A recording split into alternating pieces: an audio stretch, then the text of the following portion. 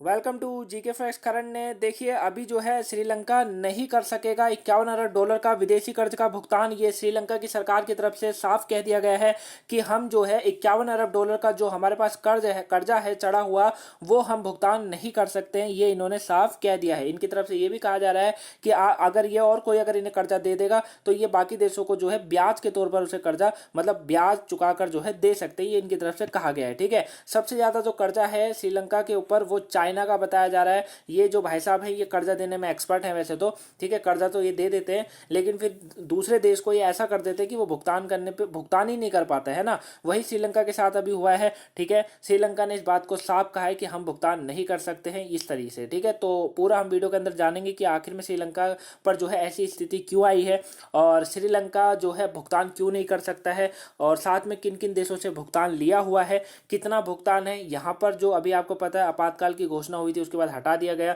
तो वो सारा मुद्दा क्या था पूरा जानेंगे। बस वीडियो को एंड तक देखिएगा। टॉपिक पेपर के पॉइंट ऑफ व्यू से इंपॉर्टेंट है। टॉपिक से आपसे 1 या 2 नंबर का क्वेश्चन पूछा जा सकता है। चलिए स्टार्ट करते हैं, जानते हैं टॉपिक के बारे में। देखिए, आर्थिक संकट का सामना कर रहे श्रीलंका ने अभी बड़ी घोषणा करी है। आपको पता ही यहाँ पर आर्थिक संकट चल रहा है और इन्होंने आपातकाल भी लगाया, उसके बाद फिर हटा दिया गया। ठीक है ना, यहाँ पर हर चीज़ के दाम बिल्कुल कहते हैं ना बहुत ज़्यादा मात्रा में, चाहे वो तेल हो, खाने की चीज़ें हो, एटसेट्रा। ठीक है, सभी के दाम बहुत ज़्यादा है।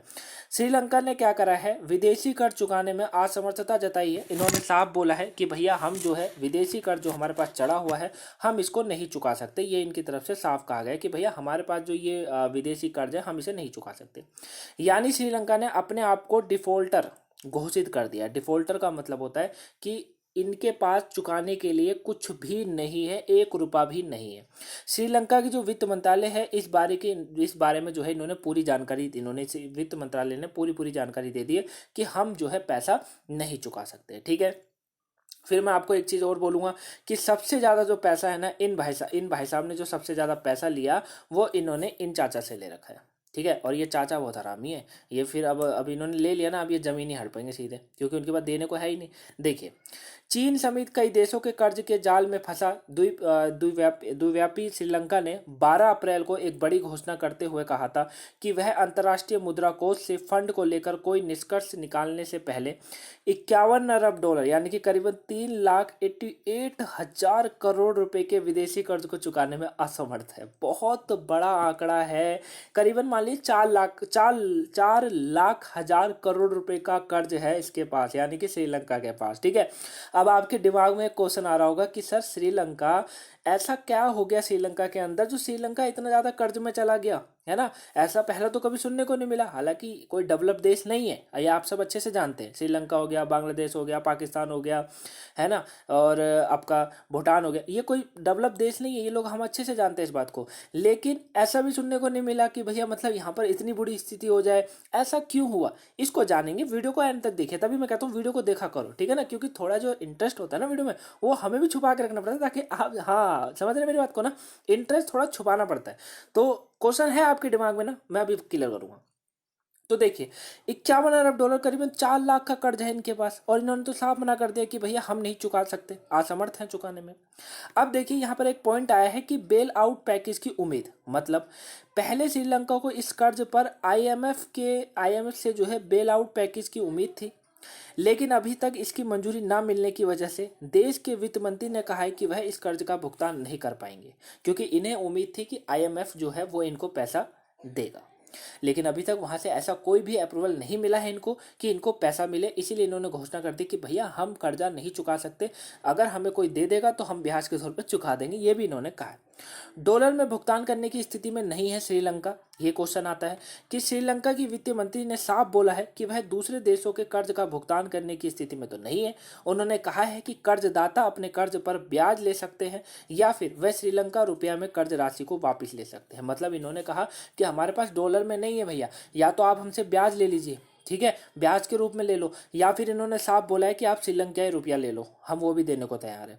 देश का विदेशी मुद्रा भंडार पूरी तरह से खत्म हो गया है, इसकी वजह से वह डॉलर में भुगतान करने की स्थिति में नहीं है। समझ रहे क्या कहा है कि देश का पूरा इनका मुद्रा भंडार है ना, जो हर किसी देश का होता है, ऐसी बात नहीं है। देखिए हर किसी देश का होता है। अब आप पूछेंगे एक क्वेश्चन आ रहा होगा, वैसे तो बहुत छोटा क्वेश्चन है, इजी क्वेश्चन होता है ये काफ़ी, कि अब देखिए मान लीजिए हमको जैसे कुछ विदेश से मंगवाना होता है, ठीक है, तो हमारे पास मतलब भारत सरकार के पास क्या होता है, जो विदेशी मुद्रा होती है ना उसका भंडारण होता है, समझ रहे ना। भारतीय रुपया नहीं जाता, भारतीय रुपया विदेश में जाके क्या करेगा, वो नहीं जाता, वो आम पब्लिक के लिए होता है। लेकिन जब सरकार कुछ खरीदती है ना तो सरकार उसे डॉलर में ही खरीदती है, समझ रहे हैं ना, क्योंकि सरकार के पास अपना एक क्या होता है, एक विदेशी मुद्रा भंडार होता है, जो कि श्रीलंका के पास पूरी तरीके से खत्म हो चुका है। इसलिए इन्होंने कहा है कि भाई आप या तो श्रीलंका रुपया ले लो, या फिर आप क्या करो, आप जो कर्जदाता है वो अपना कर्ज पर ब्याज ले सकते हैं। इसकी वजह से वह डॉलर में भुगतान नहीं कर सकते, ये इन्होंने क्लियर कर दिया है। श्रीलंका पर कितना है कर्ज, क्वेश्चन आता है, तो इसको समझ लेते हैं। श्रीलंका का कुल एक्सटर्नल डेटा जो है, जो इनका एक्सटर्नल डेटा है, यानी कि दूसरे देशों से लिया गया कर्ज, वो 5,100 करोड़ डॉलर का है, यानी कि करीबन 5100 करोड़ डॉलर का इनका कर्ज है। पिछले साल की बात करें तो उस समय जो है श्रीलंका पर कुल कर्जा जो है 3500, ठीक है, 3500 करोड़ डॉलर का था। और इस तरह एक साल में श्रीलंका का कर्ज 1600 करोड़ डॉलर तक बढ़ गया। अब मैं आपको समझाता हूँ आखिर में ऐसा क्यों हुआ है। यहाँ पर देखिए दो कारण बहुत ज़्यादा इंपॉर्टेंट है, काफ़ी बार मैंने वीडियो में बता भी रखा है। पहला है कोविड, पहला क्या है, कोविड, और दूसरा है रसिया यूक्रेन युद्ध, ठीक है। श्रीलंका को सबसे ज़्यादा फायदा पर्यटन से होता था, टूरिज्म से होता था। और आपको पता है 19-20 जो कोविड का काल रहा, 20-21 जो कोविड का काल रहा, श्रीलंका बर्बाद हो चुका है, श्रीलंका पूरी तरीके से बर्बाद हो गया। क्योंकि श्रीलंका के पास अगर विदेशी मुद्रा आती थी तो वो पर्यटन के द्वारा ही आता था, समझ रहे हैं। और फिर पहले तो कोविड आ गया, कोविड ने इतना बुरा हाल कर दिया है ना, यहाँ पर कोविड आ गया, कोविड ने बुरा हाल कर दिया पूरे विश्व के अंदर, सबसे ज़्यादा श्रीलंका को धक्का बुरा। उसके बाद रशिया यूक्रेन, जैसी थोड़ा बहुत श्रीलंका के अंदर टूरिज्म बढ़ता, लेकिन रशिया यूक्रेन युद्ध देखने को मिल गया। इसके कारण, क्योंकि यहाँ पर जो कमाई का साधन है ना, यहाँ पर जो विदेशी मुद्रा भंडार आता है, सबसे ज़्यादा विदेशी मुद्रा भंडार आता है पर्यटन मंत्रालय, पर्यटन से, समझ रहे हैं, यानी कि टूरिज्म से, और वही यहाँ पर बर्बाद है। उसी का सबसे बड़ा कारण यहाँ पर देखा जा रहा है आर्थिक संकट, यहाँ पर सब चीज़ों के दाम बढ़ जाना, ये पूरी तरीके से देश कर्जे में चले जाना। दूसरा, ये श्रीलंका वही गलती करता है जो पाकिस्तान करता है। पाकिस्तान क्या करता है, हमसे उसको लेने में अकड़ आ जाती है सामने, है ना। श्रीलंका भी कुछ इस तरीके से ही रुख अपनाता है। ये देखिए हमारा सीधा सा स्वभाव है, हम भारतीय लोग हैं, हमारा सीधा सा स्वभाव है, हम जितना देते हैं उतना लेते हैं, हम किसी की ज़मीन हड़पते नहीं है कभी, ठीक है ना। अपनी ज़मीन छोड़ सकते हैं लेकिन दूसरे की ज़मीन नहीं हड़प सकते।